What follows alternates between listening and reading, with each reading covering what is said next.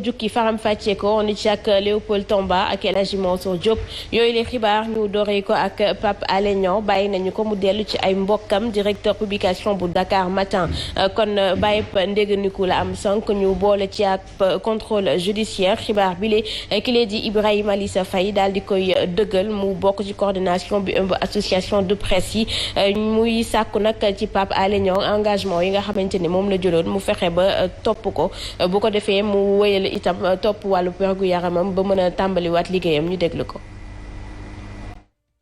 doog a libéré nii liberté provisoire la am assorti d'un contrôle judiciaire mu nekk nouvelle bu neex vraiment ñu soulagé wu trop parce que bi nga jàppee ba léegi nii Pape Alé mi ngi observé grève la faim et sonn na trop vraiment yaram moom aussi sooxe na lool et ñi ngi ñaan yàlla vraiment mu mën a dem faju ji mën a récupérer toutes ses facultés et surtout mën a dellu ci liggéeyam mën a jàppale njabootam comme ni mu ko doon defee dina respecté li nga xam ne moom la bind mu di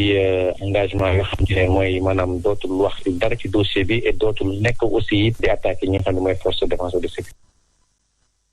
xeex bi taskatu xibaar yi doon xeex Mansour mujj na fay ndax bàyyi nañu Pape Alé Niang mu mujj am liberté provisoire. ñu sant yàlla bu baax ci bàyyi gi ñu ko bàyyi. te di ko ñaan comme ni mu ko waxee woon ci benn lettre xam ni ñun ak ñu mel ni ñun ci ay mbokkam yi ko gën a jige ñëpp bëgg nañu mu génn. tegal nañu ko ay charte du ko tee am liberté am. du ko tee nekk journaliste benn dossier la ñu ko wax bul ci wax. na continuer def liggéeyam bàyyi dossier boobu en attendant ñu xam fan la dossier bi di mujj. moom citoyen sénégalais la patriote la républicain la xam na bu baax itam Sénégal xam na yoon li muy nangu ak li muy bañ te dina ko respecté loolu moom wóor na ma ci kaw nag bu ñu ko singali bu ñu ko fuuk ba bëgg a damm xalimaam bu ñu ko fuuk ba bëgg a ñaw gémmañam na continuer def liggéeyam bu demee ba noppalu nag bu demee ba noppalu ba dal parce que ñun ñëpp ko ñeewante xam nañu lan la doon dund ci courage bi ci détermination bi vraiment ñu ngi koy ñaanal jàmm bu baax. mu bàyyi dossier bi continuer liggéeyam. te loolu sax moom la Ibrahima Lissa Faye wax Léopold état de santé am fi mu toll lenn rek la war a def fi mu ne nii mooy fexe ba faju bu ko defee mu mën a toppatoowaat njabootam. waaw man sama titre mooy maanaam dañoo ne liberté provisoire ak lu nga xam ne dañ koy ça veut dire ne que c'est une liberté provisoire. li ci gënoon a baax mooy maanaam ñu yeewi ko bàyyi ko mu dellu ci ay njabootam ak yooyu. parce que tamit mbir mi yàgg na te defe naa tey jii ñu ci bëri sax dañoo génn ci li nga xam ne moo di dossier gu ni mel parce que dañoo jàpp ne que il est grand temps ñu bàyyi ko mu dellu këram. pourquoi ñu koy téye pour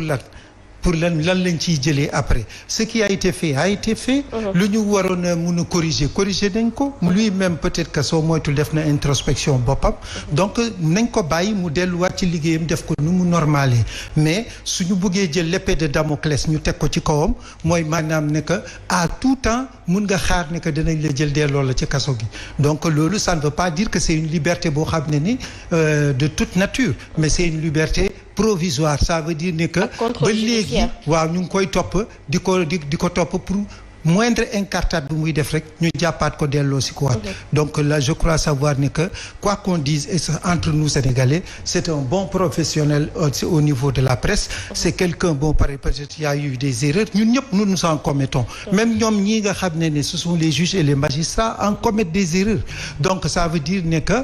bàyyi ko mu dem këram defe naa ce serait plus bénéfique sax pour le pouvoir en place ça veut dire ne que day yaatal di bàlle di jëlale et c'est très important pour un président de la République. Léopold Abdou Karim Gueye ñu gën ko xam ci turu Karim Xrum Xax moom itam ak Cheikh Oumar Diagne am nañu bàyyëpp ndéganiku ci fàttali ñoom lu tolloog ñeenti weer daanaka téye nañu leen ko fa ndax tuuma yi ñu doon teg ci seen ay ndodd mooy fësal ay xibaar yoo xamante ni du dëgg Mansour mu mel ni tey moom bésu liberté provisoire la. mais mu doon lu baax. et puis dañu nekk ci deuil national li xew barki démb war na mën a yee ku nekk bu dee da nga am pouvoir. bu fekkee da nga am doole bu fekkee da nga am xel bu fekkee da nga am xam-xam que lépp lu dul sax la luy jeex la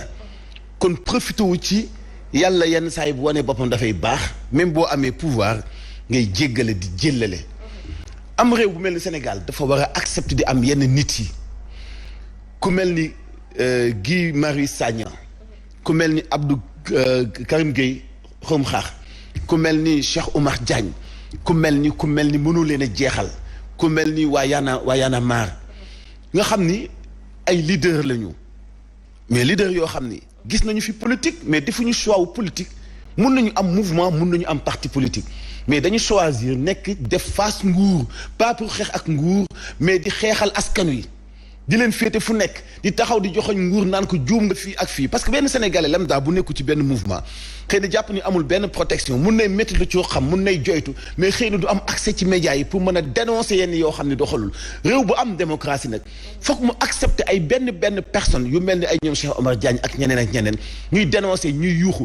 parce que fii képp ku wax fukki minute rek wax nga njuumte loo xam ne mënees na laa topp ci wàllu yoon mënees na laa topp ci wàllu jikko mënees na laa topp ci njuumte ci wàllu làmb ji parce que kenn matul ñu mel noonu ñu ngi interpeller encore une fois nguur gi nañuy accepter ay nit yu leen di critiquer parce que loolu mooy dëgëral seen nekkin foog ñuy critiquer ah. Léopold libération yi ndax mën na bokk ci décrispation bu climat social bi. waaw c'est pour atténuer l'onde de choc surtout le climat social comme ni nga ko waxee comme ni ko Mansour waxee y a des principes yoo xam ne c'est des principes de liberté comme ñi nga xam ne dañuy former seeni groupe ba pare di xeex li nga xam ne mooy li nga xam ne mooy dëgg bi parce que c'est vrai ne que en Afrique ce qui est dommage mooy c'est que la plupart du temps ñi nekk au pouvoir dañuy salfaañe léeg-léeg yenn loi yoo xam ne sax ñoom ñoo ko bindal seen bopp ba pare dellu si waat di ko salfaañe léegi su amee ñenn ñoo xam ne dañuy taxaw ba dëgër pour que li nga xam ne moom la ñu jox état bi nga xam ne jiitu leen ñu mais ñooñee tamit il faut que ñu mun leen